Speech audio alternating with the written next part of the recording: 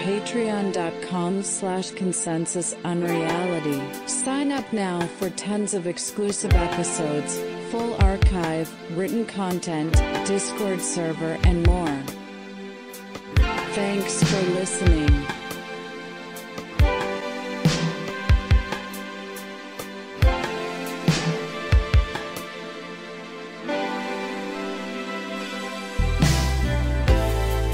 Welcome to another episode of Consensus Unreality. Today we are joined by Marianne Dages, a writer, artist, and one of the most interesting book artists going, I think. I have before me the newest one, Tales of Fort Denial, which is a kind of a feat of printmaking, or whatever you'd call it. It's very cool. We read together recently at Apport Used Books, and I thought it was cool to see some of the resonances between our work, and it's cool to have you here today. Thanks for joining us. Yeah, thank you so much. This is a dream come true. This is awesome. So, Cool. thank you for the invitation. Absolutely, yeah. Dave's here too. Dave has been dealing with some real serious sleeplessness. Mm-hmm. Yep. And so he is a getting dreamy over a spell look. of insomnia. Yeah. So probably just like get some wires crossed during this show, but that's usually how it goes anyway. Half in the land of dreams. Half-life. Yeah. Cool. Yeah, So thinking a lot about making sure I'm like, oh, I'm gonna forget every single name or thing I've ever read as we're talking. So Yeah. Yeah, it happens to me every time. yeah. And it happens to all podcast people. The other ones just cut out the uhs and the ums and the likes and the pauses. Okay. Is a lot of your writing about dreams and dreaming? It seems to take a strong hold in your work after reading through some of it. Yeah. Yeah, absolutely. I had a opening recently, and I was talking about my work, and I said that I recently had the realization that my work is kind of forcing people to listen to my dreams. It's all over the place. I slip dreams into my work a lot. Tales of Fort Denial has it. It actually started from writing down two separate dreams and combining them together into a text and going from there and generating a story from that. So yeah, they're a huge part of my work, and they're something that I realized recently too, that I've been writing them down forever. And not consistently, not every day. I wish I was better at that. I don't know how people do that without messing up their sleep, speaking of sleep, or messing up their partner's sleep. But I have a pretty big record of them now. I've been packing because I'm moving, and I just found a 6th grade notebook with a dream written down in Wow. it. Yeah, that's crazy.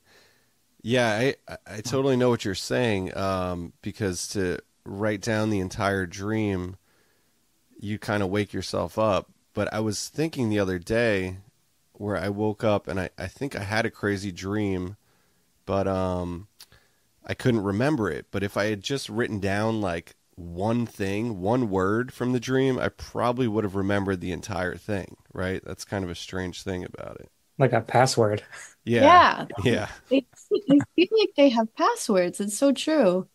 I also noticed that I usually write them now on my phone a lot. I put them in my notes app. And sometimes when I'm looking at it too, I realize that it's like they want to be forgotten too. Because I'll look at one, a recent one, and have absolutely no memory of it.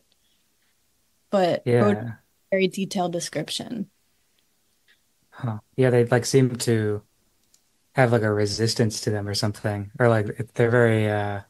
I feel like dreams and water are often equated, and they have that kind of same consistency Yeah. where you try to bring them out of the like trying to bring water out of itself and into like the world of the air is like you need like these manufactured vessels for it. You can't just do it. So it's like this weird act of like unnaturalness or something. Right. The the sea of the unconscious. Yeah. Yeah.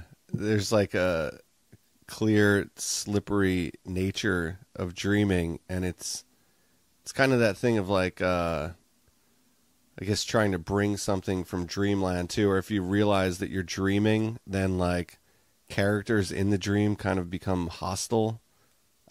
You know what I'm saying? Like it's almost like they're being seen, and it's viewed in a conscious way, and as opposed to an unconscious way, and then there's some hostility towards that wherever it's coming from.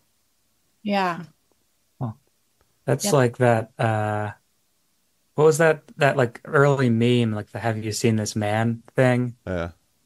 You know the one where it's like everyone's supposed to be seeing the same man in their dreams. It's like this composite looking sketch. Like that there's this like Not the hat. alien. No, not the Hat Man. But sleep paralysis is interesting too, because that's like maybe that's like what it's like when the when dreams encroach too much on reality, or when those states merge in a way. Like Mhm. it usually seems scary, I guess. I don't think people have positive sleep paralysis experiences, but No, I don't know. I don't think I've ever heard of a positive sleep paralysis experience. That's true. Um, and that's yeah, not something I've dealt with either. I don't think. Although I mean I definitely have experiences and memories that I'm not sure what they are. If there was a dream, yeah, if it was a ghost, especially in childhood, I feel like that gets really mixed up in a totally. interesting way. Mm. Yeah. So Yeah, I have a lot of childhood memories that are you have a lot of childhood memories. that are also they're also dreams are mixed in with them kind of equally. Yeah.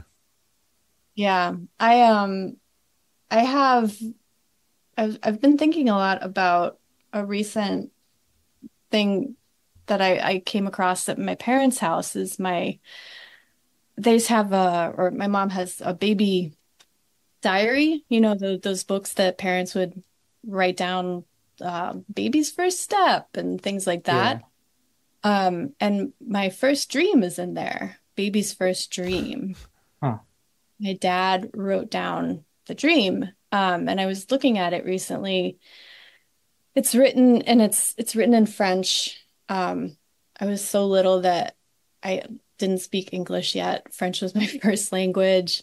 Hmm. And I'm telling him about a flat old man that is in the room with my dolls. And the thing that I thought was really weird is that I'm not telling him that I had a dream. I'm saying there is a flat man, flat like a pancake, flat like a book in my room. And I talked to him. Huh. And he said, and I think it was like, he said he was sad, and I talked to him for a while. Um, and he left. I don't want him with my dolls. I don't want him playing with my dolls. Oh, That's that's really wild. crazy. That sounds a lot like Hat Man too. Like just the visualization of it. Feel like if you see imagery of Hat Man, it almost looks flat, right? Yeah. Well, I started thinking about it, and I started also noticing in things I was reading, a lot of descriptions of ghosts and other beings as being flat or compressed. Hmm. And so this is a thing I've been thinking about recently. I was like, what was that? And why are there so many descriptions of beings being flat, either two-dimensional, um, as something that you can kind of just see a slice of, or just being Yeah. flat surface? Um, and I started Googling really like strange strings of things like flat interdimensional Huh. beings. And I ended up finding Eric Wargo's blog. Oh, I think it's called The Nightshirt. Yeah, yeah, yeah. yeah, yeah. Yeah. And some entry about, I forget what it was exactly, but like a trip for or a visit from the Flatlanders or something like that. Uh, And so I was like, okay, that's really weird. I think I need to read Time Loops now. yeah. I just got his new book, and I'm slowly working through it about like retro causality as a influence in artistic practices, and it's really cool. Cool. Um, like Virginia Woolf is in it a lot, stuff like that. Mm. Oh wow. Um, Interesting. but yeah, that's so weird. Yeah, I feel like recently I talked about a dream I had, or like a sleep paralysis slash dream thing I had, where there was like this flat witch that came into my room. I think that was on a recent podcast episode, Oh and wow. yeah, like it was pretty recently too. I just like woke up and I couldn't move, and there was like this impression of like a relatively realistically rendered, but still like flat, like a flounder. Like all of her features were on one side, witch at my door. That's interesting. Hmm. Yeah, Yeah. I don't know if it's now I'm noticing it, but I've heard a few in podcasts recently, and also um, I think in Ecology of Souls there were a few things because I read that recently too. And I was like, Hmm. okay, this is odd. This is interesting. Why why are they being? Why do we see things as these two-dimensional slices? But Yeah. Would you say that is kind of in Tales of Fort Denial too, in this like ROM style video game characterization? yeah, so right, so Tales of Fort Denial is my most recent book. Um, and so it's a long form poem that is about a glitching adventurer that is trapped in this kind of video game system world, and is on a quest for Fort Denial, and they just keep kind of circling back and circling back again and again, sort of how video games work. You die, you start at the beginning. But the world around them is also breaking down and is aware of their presence. Um, yeah, and yeah, you're right. There are parts where the adventurer kind of turns themselves as flat as a sheet to disappear into the landscape, or um, becomes a block of light and just kind of is able to escape. So that is something I have been thinking about, is this connection between video game imagery, um, video game mechanics, looping time, and also the kind of logic between dreams and such. And I don't know where Huh. that's going yet, but Hmm. I'm hoping to kind of write an essay about that at some point. Mm. Yeah, it's really cool. Yeah, I like this book a lot. And it feels like, I guess I said earlier, it feels kindred to what I've been interested in for the last few years too, with I don't this idea of like a quest Mhm. has been something or like somehow using the form of a quest as a model for the poem, like for a long poem. So it feels very like I see a lot of like stuff in here that I've been thinking about. So it's really a cool reading experience. In terms of like the physicality of the book, so I think you're doing like self-publishing in a really good way because that's like I think about that all the time, like self-releasing your own art or self-publishing it. And it's only really like a stigma in the literary book world. Like Mhm. musicians do it all the time. Artists obviously like go without representation. So I think it's cool that you're doing it, but you're also kind of turning them into these objects, which I don't have the skill for. So but it's cool that yeah. Why are you choosing to do that as opposed to like sending it around? I think, well, I guess because I kind of came into making books through the world of printing Yeah. and bookbinding. I went to school for photography, and when I graduated, I realized I didn't want to be a professional photographer. I'm terrified of working with people and photographing people.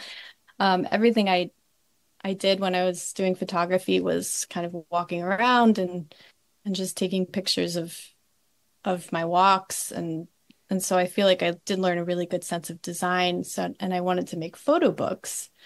Mm. Um, so I took a bookbinding class and got really interested in the craft of making books. Um, and from there, I took a letterpress class.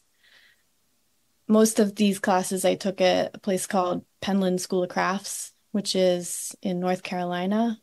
It's near Asheville, and it's an amazing place for learning traditional crafts. But after learning letterpress, how to print content for a book, I started to think about how to fill those books and got interested in writing again, something that I had done a lot in high school and middle school and really, gotten a lot of encouragement about, but had Mm. since sort of fallen away. Um, so I started writing my own poems, my own essays, and also thinking about them as a complete object as well. Like you said, Yeah. it's about the entire process of designing it and making it really visually interesting. Um, and so at this point, it's kind of the only way I know how to do it also is to do these Yeah. handmade books. Hmm. Yeah, that's so cool because yeah, I guess yeah, coming to it from like the creation of the book as an object to needing to fill the book is so it's such an interesting way to approach writing. It seems like the content of the writing itself is a lot of like spatial exploration and about kind of sensing out the self in space, and then there's another upwards layer of that of like the self, seeing the self like in the dream state through character, Mhm. and then having these books that you're building that become spatial too kind of reifies that in the real world with this. I don't know if did you think like disassociative state kind of describes like what you're writing about sometimes, because it seems like there's like a sense of seeing the self explore a space. Yeah, there's definitely. I find myself writing again and again about mirrors, um, kind of mirror worlds and doubles and copies. Um, and I have started to just let myself do that. Yeah. I don't, I had a lot of concerns at first about repeating themes, but now I think of it more as my world building. Mm. And Yeah. so the same kind of characters, the same kind of themes are going to show up again and again. Yeah, it seems like having a style or like yeah, I know that anxiety is uh I know what you mean. Yeah. But like I feel like with any art, if you're like sort of called to a theme again and again, that's probably just where where you have to go. Otherwise it won't be good, you know? Yeah. And so, yeah. And so I don't know. That's another thing. I mean, I've been thinking a lot about where that comes from. I also think it's something that started out way, way back. Like the first things I ever wrote when, were this very call and response kind of. I my earliest writing is kind of conversations with myself, Hmm. which Mhm. is really odd. I don't know if I don't think other kids write that way, but um, and so yeah, it is. I have this ongoing theme about finding a copy of myself out in the world and either realizing that we're the same thing or realizing that one is the copy, one is a kind of Huh. reproduction of the other, one is sort of corrupted and Hmm. and what happens when they come together. Do you feel like you're possessed by the doppelganger myth? I don't know, maybe. Um, I feel like it's something that's definitely in my subconscious.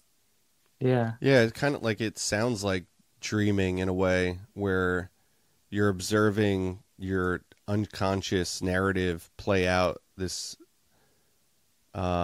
situation, and you only have, some control of it, but you're still simultaneously creating it. So it is this kind of like conversation with a corrupted other, or maybe a more perfect other. It's, I guess, hard to tell who would be who in that situation. Yeah. Yeah, there's a line in the of Tales of Fort Denial of a ghost of me walked by.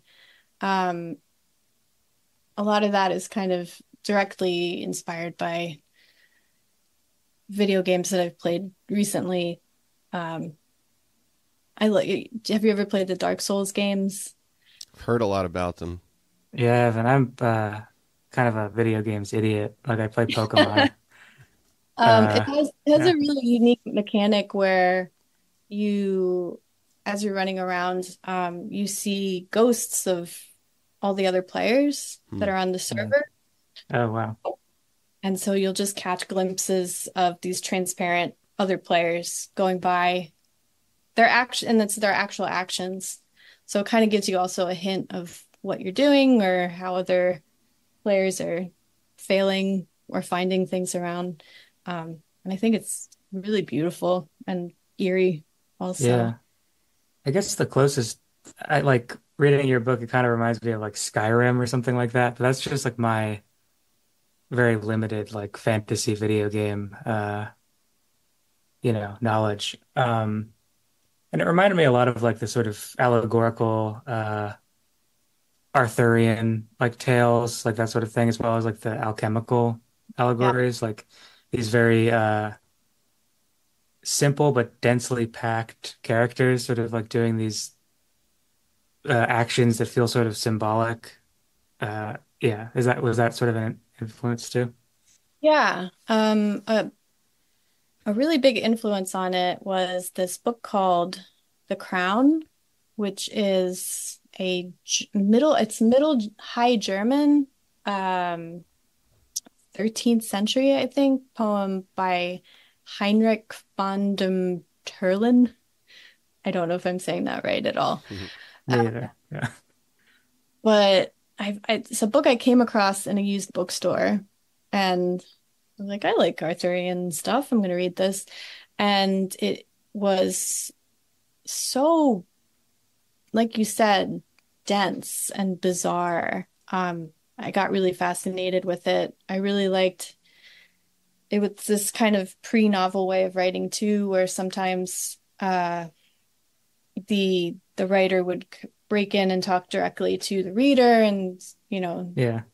say, "Dear reader, let me stop for a moment and tell you Yeah. about this." Uh, but it had these incredibly beautiful, surreal, as kind of like you said, alchemical, very symbolic, reminded me a lot of the Book of Revelations too, you Yeah. know, uh, and a black knight entered and saw a flaming hand. And there's also this really gorgeous style of writing, something I really love, of lists of things, Oh yeah. just detailed descriptions of wealth and cloth and what Yeah. everyone's wearing, the table, and I really love that. I find it really hypnotic. Yeah, I Um, love that too. Do you know like the Christopher Smart poem, Jubilate Agno? no. Uh, here's that's incredible. I think you would love that. Just like an English guy. I forget exactly when it was. I guess 17th century, 18th century maybe, but he was put in a mental institution and wrote these. incredible list poem. It's a long poem, and he goes into this long part about his cat for like pages and pages, like describing like the cat. It's like it's pretty, yeah. Um, Lists are beautiful in poems, and I've never seen The Crown anywhere, or at least not that I remember it. Is it when's it from? Um, it's 13th century, 12. Nice. And I think it's a considered a minor work. Yeah. And from what I remember reading on the Wikipedia, kind of saying that it's repetitive and Hmm. a whole bunch of nonsense. But I love it. I think Yeah. you should read it. There's creatures that I've never seen anywhere else in writing from that time. Like there's this one about there's like a man who's like sounds like a fish man, gray skin, big eyes, Uh-oh. coming to court one day and having a mysterious goblet that makes everyone tell the truth. And there's wild men tales and things like that interspersed. Whoa. A glass castle, uh, all kinds of really kind of video game-ish too, Yeah. imagery happening. Yeah. I have to read that. Yeah, that sounds great. Um, so yeah, you kind of like you had an opening recently for like the book and a game that's attached to it. How did the game come about?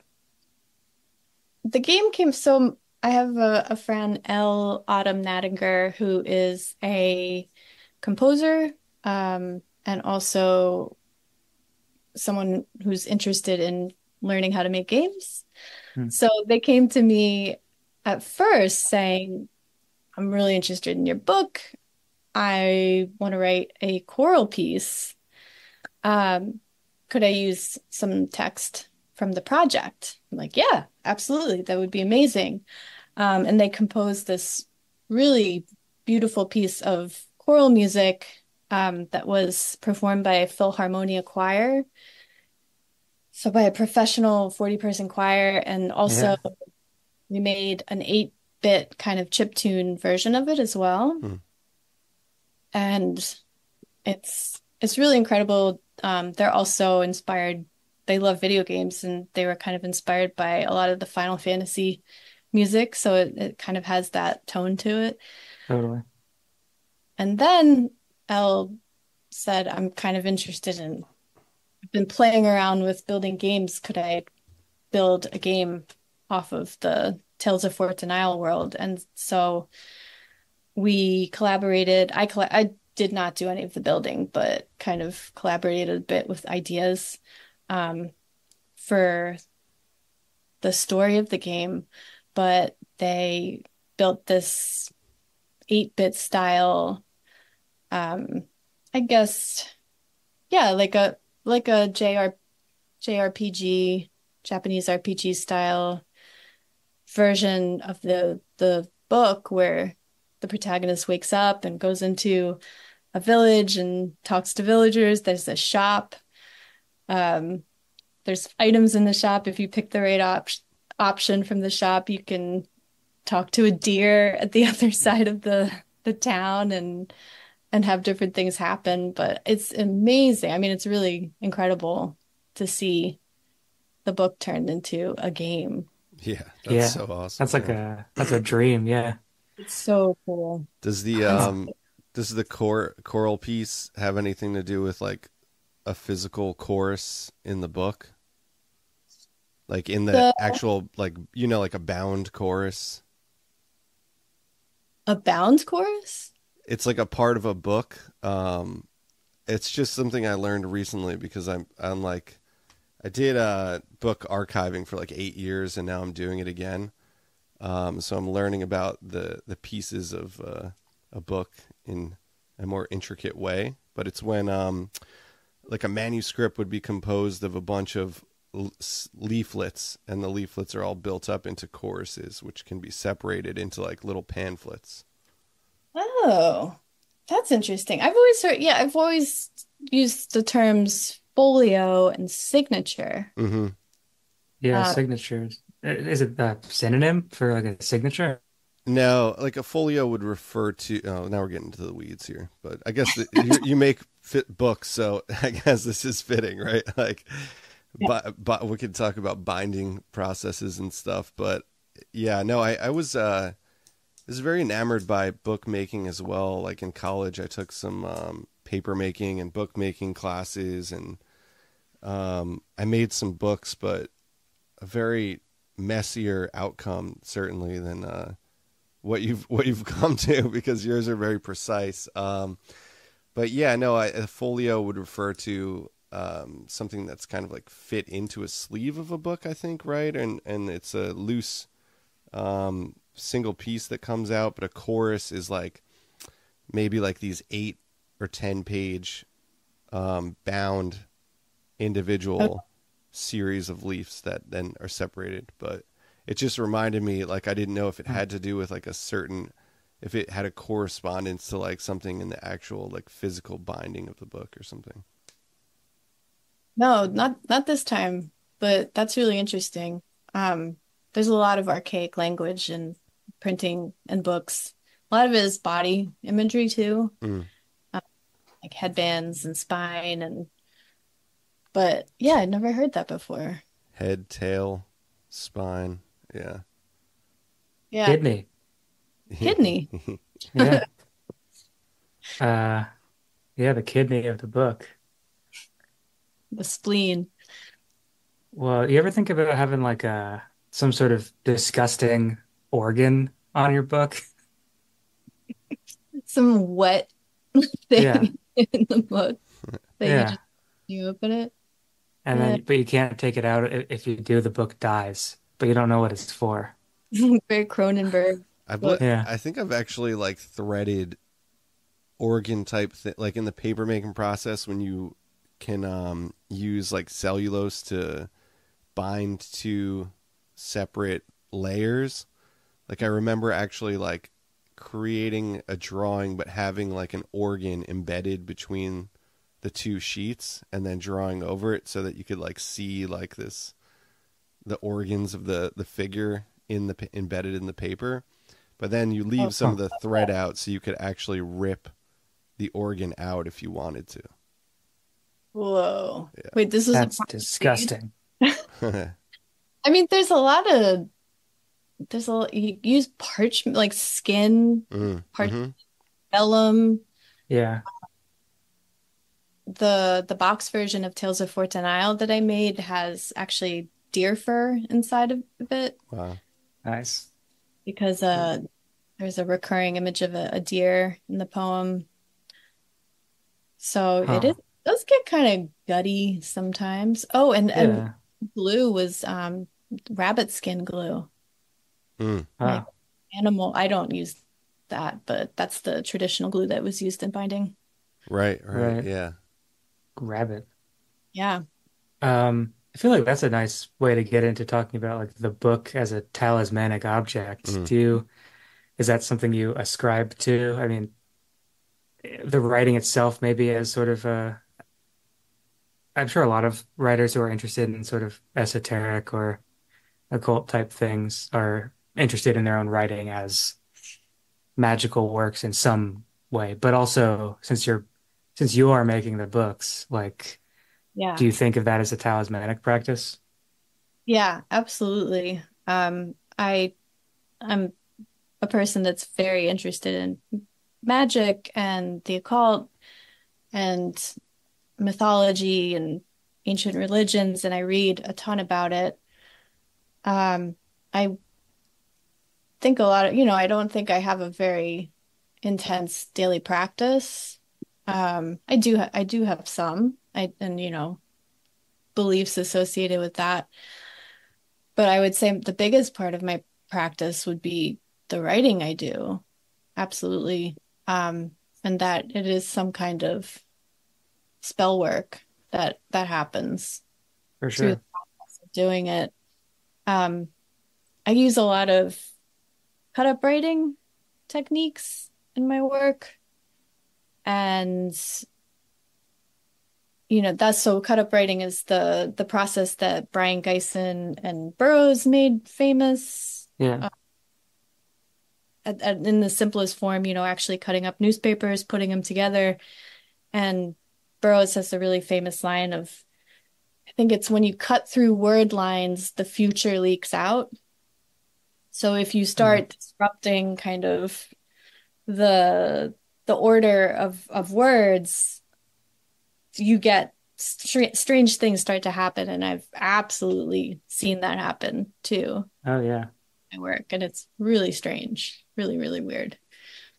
Huh. Yeah, I love that cut up. I feel like I'm often like asked if I do use that, and I never have, Hmm. but I am really interested in it and the theory behind it. And I feel like a similar thing that I do is anagrams are very important, and that's like almost like a metaphysical cut up, sort of like you're it's using chants and rearranging letters, but without doing anything physically.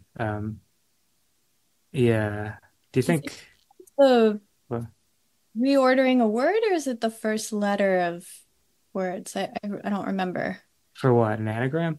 Oh, what's that? What is an anagram? Oh, it's just rearranging all the letters in a Hmm. word to make a new word or a whole sentence or whatever. Like I've gone so far as doing like a whole couple lines and then trying to, yeah, stuff like that. But usually it's playing with the name of a character to Hmm. imply that they contain something else, like stuff like that, or a location or that one thing is really another thing. I guess, yeah.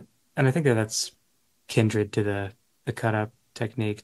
Yeah. Do you like literally uh cut things, or do you sort of more use like a randomization, or what do you do? Um, I've done it a few different ways. I have done actual cut ups before, um, for really minimal kind of stuff. I've used Google Translate, Oh yeah. which putting in some kind of starter text and translating it through many different languages, and Yeah. starts getting confused and generating kind of new content through mistranslation. That is something that I used for a long time and was really interested in, also because of the implications of the act of mistranslation is really interesting to me. And then I have also, Ben, you're not going to like this, but I've played around a little bit with text generators. I guess Oh, that's kind nice. of AI. I've done that too. Yeah. Yeah. Random word generators were huge for me for a while. Like come up with a list of 15 words, between this many and this many syllables. That was like very generative. Is that AI or is it just like rolling the dice? Hmm. Yeah, I like to think of it as more rolling the dice.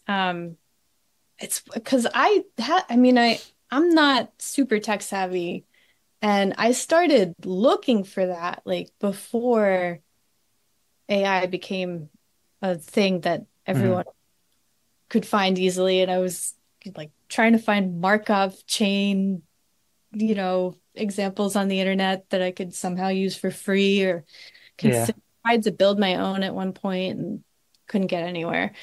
But um I ended up using, there was a free one for a while called Talk to Transformer Hmm. that you could put in a piece of text and it would give you back, it would infer like of continuation. So it wasn't answering Uh, questions or anything. And the thing I really liked about it too was that there were sliders. And so you could try to make it as logical as possible. And you could say, nope, I don't care. And so I would play with the sliders to get it to make nonsense and just build these huge banks of words. yeah. Um, Huh. so like I have for Tales from Fort Denial, I did this and I have like this like almost 200-page word hoard that I would just go through and start highlighting little bits and use that as kind of imagery starting points. But Oh, that element of chaos, I think it kind of really goes back to the whole idea of dreams too, this sort of dream logic. I was in this room, but then I was, suddenly at my old house kind of element right. that brings to it is really critical to how I write. Mm. Yeah, me too. Shuffling things, Yeah. kind of. Yeah. Yeah.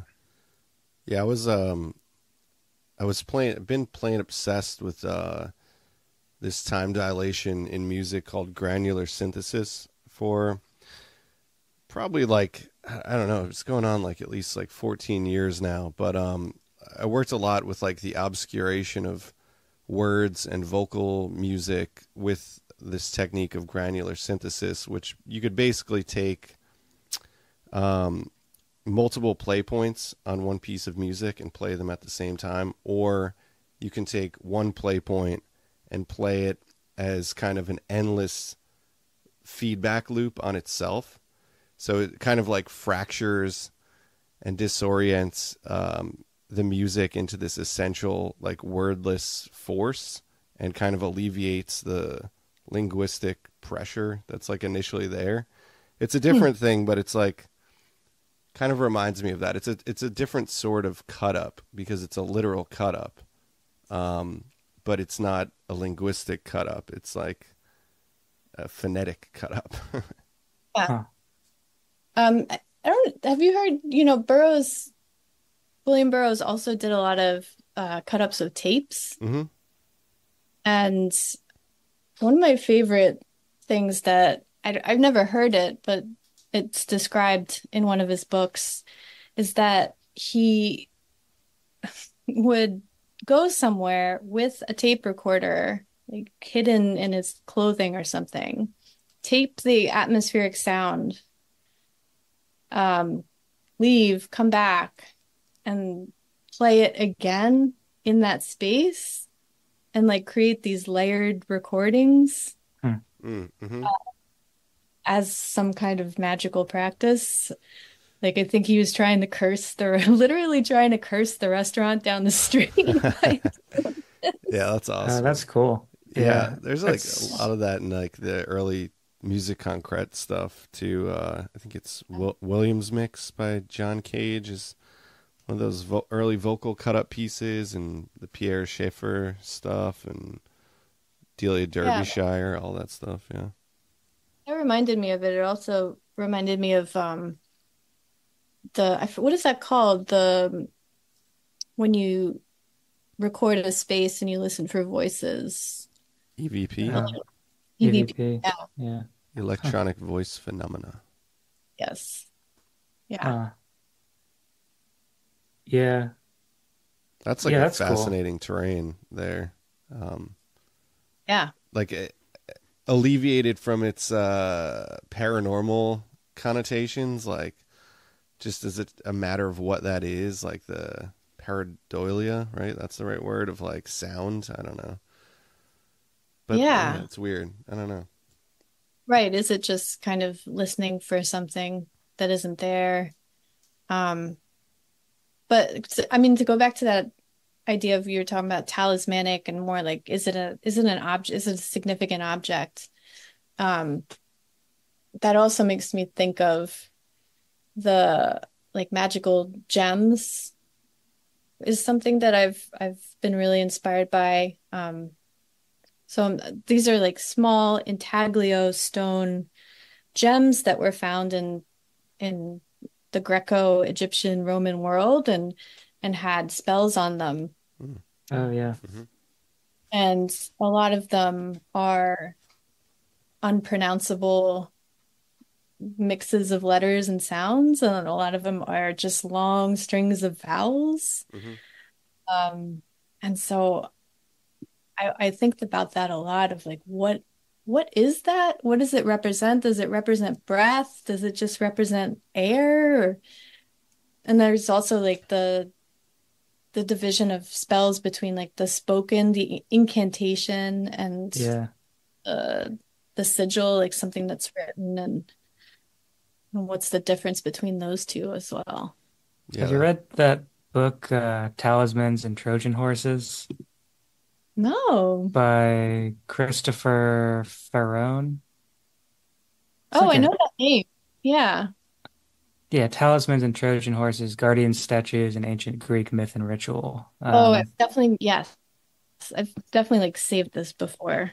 I should read I think that. I had talked about it in the Discord like a year ago, maybe, uh, or less. But that was like big for the last thing I was writing, talking about boundary stones and like guardian and boundary and threshold like Yeah. objects. Uh, and that just, yeah, that reminded me of that book. It seems like that might be of interest to you. Yeah, absolutely. That's a fascinating territory too, because uh, I feel like so much of Gnosticism is kind of what we have left is those talismans, like so much of the Abraxas stuff and what we make of the Abraxian thing is like inscriptions on coin like talisman. Yeah. Yeah. Um, it's and it's something that it has, I mean, it's really hard to find a lot of information on it. There's some there's old catalogs of gems because they were collected. Um, but there's also, I don't know, I feel like it's been ignored in some way, and it's kind of crazy because it's this incredible source of imagery that is not tapped. Like here are so many actual representations of gods and goddesses and daily magic life. Um, but it's also very difficult to tell what is authentic and what is not. And tons of copies were made in the 1700s, 1800s Huh. when they're being collected. So it's also hard to tell if Abraxas gems were really something that was, a huge part of the ancient world, or if that was copied a lot. Hmm. Like Fortuna is another um, icon on those that is seen a ton, and that might be because it was popular to collectors. Hmm. So, Right, right. Huh. yeah, they're really cool. Yeah, I need to look at those more. I think I know what you're talking about. There's some awesome. Yeah, I like. I feel like I saw some really cool, and there's just so many out there. Like what you're talking about, like it's hard to tell which ones come from the romantic period and which are authentic. But yeah, there's some incredible ones with just like very interesting imagery of demiurgic depictions that are super unique. I'm picturing this one in my head, and it has like an inscription that starts with a J that is supposed to be some like alternative name for the demiurge, and I can't remember it, but it almost reminds me of like Judy from Twin Peaks. Mm. And it looks like the figure in the box kind of too, like this weird, like almost alien entity like thing. I'll have to track Yeah, that one down and post it. there's some weird entities on, I mean, there's some like pinhead looking Hmm. things, and I also love how they mix um Egyptian gods. Jesus will just show up sometimes too. It's just kind of like calling everybody, anyone who Right. can help me, we'll put Hecate Yeah. and Jesus and Anubis on this because I need all the help I can get. That's like a crossover event.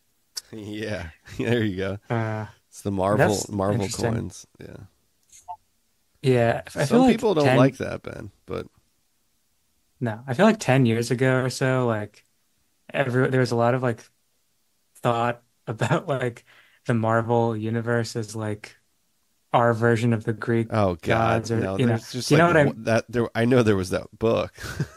No, no, there's a lot. Like there was a lot of like equating these things as like are these like the modern gods? Like are they like these It's just divinities, like and an now no one talks obvious about that feedback loop, anymore. though. Yeah, but they're like based Yeah, on them. It's literally like fucking right. Thor and But Swagnarok and shit.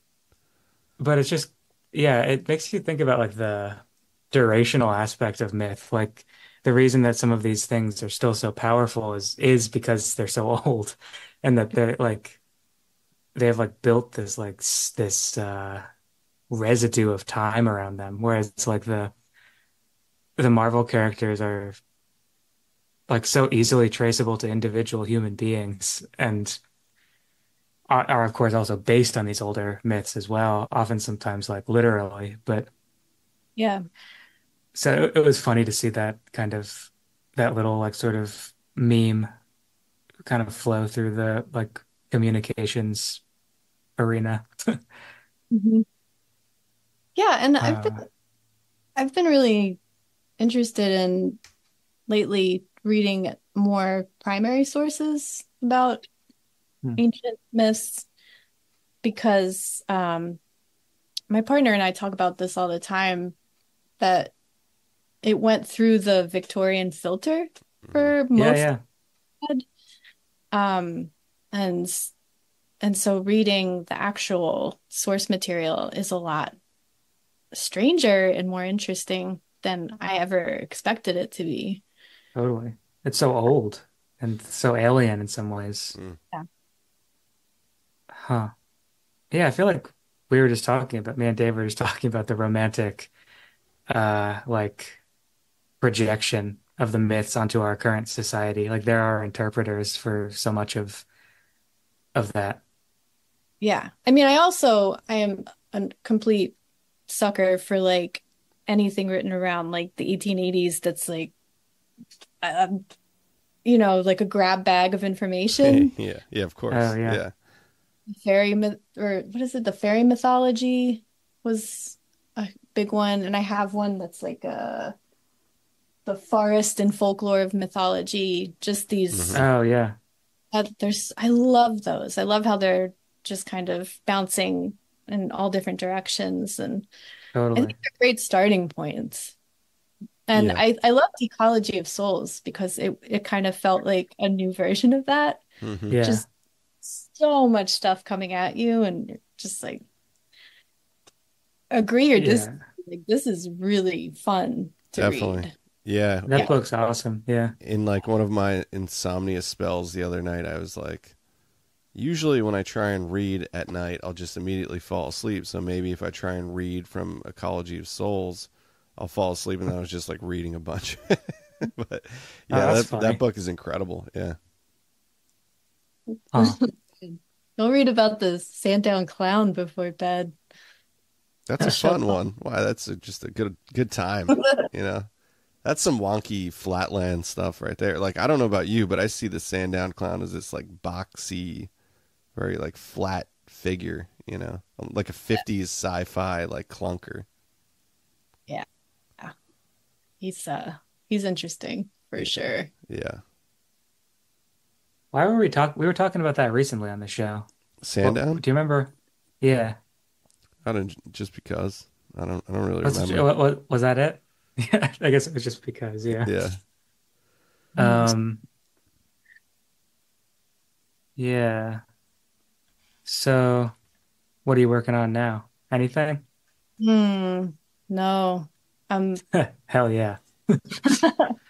I mean, I'm kind of like I'm thinking about the essay. I'm also just actually moving Right. to Michigan, so that's taking up all my brain right now. Um, it's fun looking through all my books and everything as I'm doing that, though. Mm-hmm. Yeah. Huh. Are you reading anything right now that is sort of informing where you think you might go next? That's how it works for me is usually it's like for months at a time, I'll just sort of build up a store and then figure out what to do with it. Yeah, no, that's absolutely how all my future books come to happen.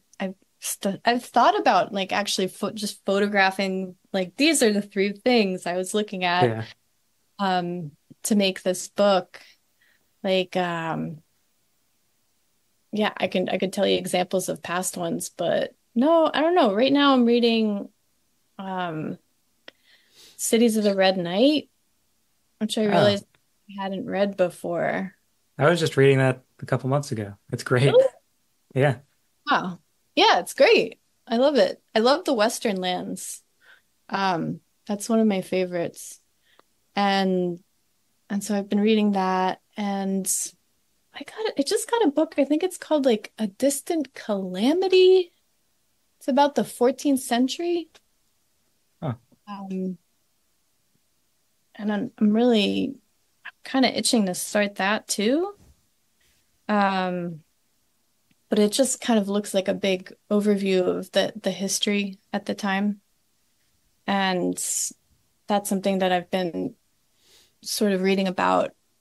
I've been reading a lot of stuff about I don't know, this sounds very like corny, but like but at the same time I think it's important. I've been reading like a lot of stuff about where like myth and folklore about like where my family comes from.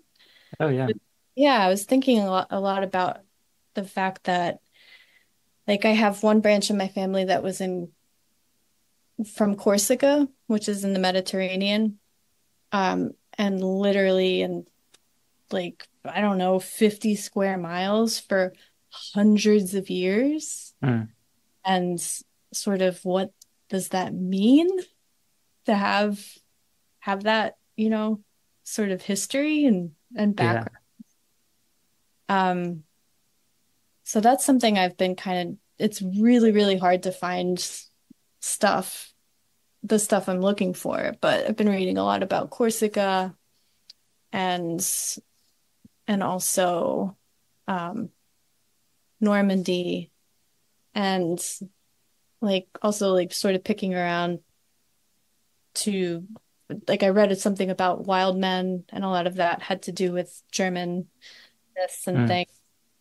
Um yeah. So I don't know. Interesting. And Have you been to any of those places? I yeah, Corsica, yes. I used to go almost every summer Oh, when I was a kid. I nice. would Do you feel like a resonance there? Does that like have a feeling? yeah, big time. Um It it does. It's a place that shows up in my dreams all the time. I haven't been there in over 20 years. And so it's kind of become this really symbolic place. And yeah, we were talking about boundary stones and things earlier. Yeah. Corsica has this had a Neolithic culture with menhirs, these stone statuary with heads and swords sometimes, really stoic looking. No one really knows where they come from.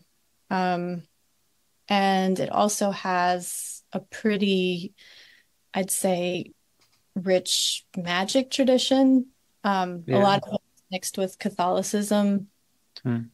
at this point. Um, but there's some really, really interesting stuff. There's also this thing that's unique to Corsica called about the Mazzari dream hunters. Hmm. What is that? Yeah, I don't know anything about that. Yeah, so these are that in people that were in your village, kind of usually like the outsider, but someone that would dream, go to sleep, and dream of hunting an animal. And when they caught the animal, they would see the face of someone in the village, and then they would know that that person was going to pass away soon. Huh. Um, but this was just kind of, it wasn't seen as really threatening, but just sort of a matter of fact, like, yeah, that's just the psychic dream hunter Hmm. of the village. Well, That's awesome. Yeah, that's that's really wild. That's from Corsica. Yeah. That's crazy. Damn. Yeah, and so it's super interesting. Um there's some writing about it, not a ton, but it was a very insular island that had a lot of kind of was owned by everyone around it at some point, taken over. Yeah. Um, the culture would sort of go and up and hide in the mountains when there were attackers and then go back to the coasts when everything was safe. So there's a lot of influences, but it's also this very insular and strange mountain society. Yeah, you Huh. also have on the shore over there is Montsegur, which is one of the old massive Cathar castles. Yeah, I found out about this. So, yeah, Licatar Corse. I recently found that there were, yeah, Qatars in Corsica. Is Yeah. Montsegur, isn't that on the continent though? Yeah, that's on the coast, not on the island. But well, I guess maybe it's inland a little bit, yeah. Um yeah, that's a place I've always been dying to visit. My family on my mother's side is from France. They my grandparents moved after World War II. Hmm. Um but yeah, I haven't gone yet and I'm dying to. I would love to see all that Cathar stuff down south. It Yeah, just seems like a mystical, totally mystical region. it is. I feel like there's something really, I mean, I know from listening to the podcast, we've talked a lot about the mounds and things and just that feeling that you get at certain sites and France has some really amazing ones too. There's Karnak Mm, uh, in Brittany, and also, I mean, the churches just feel incredibly potent and old and fat and like Yeah. black Madonnas and right. uh, really beautiful, fascinating stuff for Yeah, it's sure. crazy there. I've been to Provence, like all over there, twice and Paris. There's definitely a lot of something in some of those places. It has yeah, a very particular feeling. Yeah. Well, I was in what is the town where the Pope was for a while? Is it Avignon? Yeah, yeah. That's a crazy place too. Yeah, I like France. I'd like to go back there. Yeah, it's me too. Man, I gotta go back there. It's been a while. Is there any like French literature that has been insightful to your writing and stuff? Anything in particular? Hmm.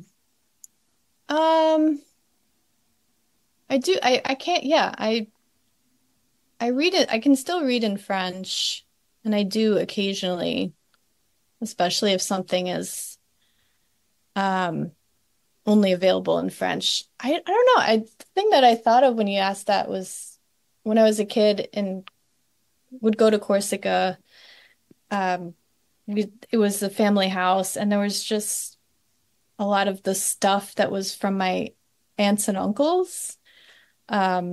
So there were like old comics like Mobius and Hmm. Hmm. Tintin and and there was this weird book I remember being really into called like Tombé du ciel, which means fallen from the sky, and it was about this little alien girl with purple eyes, um, which I was trying to track down and found out it's also I think called like Star Child or something. Huh. Uh, yeah, and I do remember reading these really old-fashioned, um, like turn of the century stories by this woman called the Comtesse de Ségur, which were allegorical tales for children Hmm. Hmm. that were really dark. And it was all about, they were like little plays for kids, but One of them was called Les Malheurs de Sophie, which means Sophie's like miseries, or Hmm. so That's she would interesting. like it was really, yeah, like going into the woods and being attacked by wolves, um, seeing the workers at the house working on something, this beautiful, like perfectly smooth white pool, and putting her foot in it and realizing it's plaster and burning her foot, It's so like really, Gnostic, man. Yeah, yeah. it's very Gnostic. Yeah. Yeah. Wait, we got what is you got to say the title of this again. I mean, I'll listen back and get it, but Yeah, Les Malheurs de Sophie. what Yeah. what century is it from? I would, I'm guessing it's like um turn like 19 early 1900s, Oh, okay. maybe earlier. Yeah. Cool. Got to track that Sophie's, yeah, down. Sophie's misfortunes. That's Um, so reading that as a Gnostic interpretation is very kind of funny. I mean, oh man, Sophie's it's from misfortunes. 1858. Yeah, that Yeah. sounds so Gnostic. Like, Yeah. what's the one the fuck? I Don't say forget. fuck. Yeah, what I've cursed already on this episode, but Oh, I shit. mean, yeah, the one main it's basically like the fall of Sophia, the Gnostic text, and it's kind of written like she might as well be putting her foot in a puddle of plaster at points and stuff, because it's like this very allegorical tale of I, the fall of wisdom's grace into the world. yeah. Yeah. Yeah. So those definitely got in there. Those got into my Huh. head. Um, Yeah, that's cool. that's all I can think of. No, those are great. That's awesome. Yeah. Um, yeah, I want to read that Sophie one. It sounds really interesting. Um, So where can people get the latest book and all of your works? I have a website. It's my name, um, mariannedages.com. Or if you go to holdyourpress.com, it'll take you to the same place. But I have a shop in there. And there's also galleries of all my past work. So, and a lot of the older stuff too, I make the full text available. I just end up putting it on there as a PDF. Um, so you can find those as well, and some essays and things like that. Awesome, and some multimedia stuff too, right? Yeah. Yeah. There's some sound. I gotta post the video game. I haven't done that yet. But yeah, I've is done that sound. available for download? I think you can just play it in a browser. Oh, cool. Yeah, it's Nice. free. Hell So yeah. free for all. That's awesome. Definitely check it out. The book looks beautiful. I can't wait to get a copy for myself. Yeah, I'm glad I'm looking at it right now. You have I like think a I have special number. edition too, right? Yeah, there's a special Uh, edition called A Manual for Denial. oh, Um, cool. yeah, because the book sort of appears in the story, so I named the special edition after the book that appears in the story. Mm, That's cool. Yeah. Oh, nice. yeah, I have number 13. Yeah. Um, Oh yeah, and there's only 50. I don't make tons of these things. Yeah, yeah, yeah. yeah, yeah. And this one's That's cool actually though. getting close to selling out, so Well, that's awesome. Are you wouldn't like do like trade editions of these ever, would you? Is that something you've thought about? I have this idea, and if it sells out, I think I want to do this. I have this book called like Miscellanea Arthuriana, and Hmm. it's an academic that photocopied a bunch of books and library bound them. So I'm thinking of making a photocopy version of the Hmm. book and binding it in red pressboard, you know, that really Yeah. old-fashioned Hmm. red pressboard, and selling that as like a cheap, like making my own bootleg, Mm. sort of. You should do that. Cool. Yeah. Yeah. That's great. I love that kind of thing. Um, But that's yeah. Oh, what? only if it sells out. Yeah, it'll sell out. Everyone who listens to Consensus on Reality has to buy one. So you should have 3 sales. Just kidding. We have a ton of beautiful and excellent listeners who we appreciate. I'm also a listener myself. Yeah, and sometimes we invite them onto the podcast if they have an interesting angle on life. Cool. So yeah, thanks so much for joining us. It was a lot of fun. It's cool to talk about books as objects. Yeah. Thank you. And again, thank you so like this is really special to me, and I don't get to talk about this side of my interests very much, so I really appreciate it, and I love the podcast too. That's awesome. I mean, the books are great, and looking forward to securing one of those 50 copies myself. So everybody check it out. Thanks for listening, and we'll be back soon.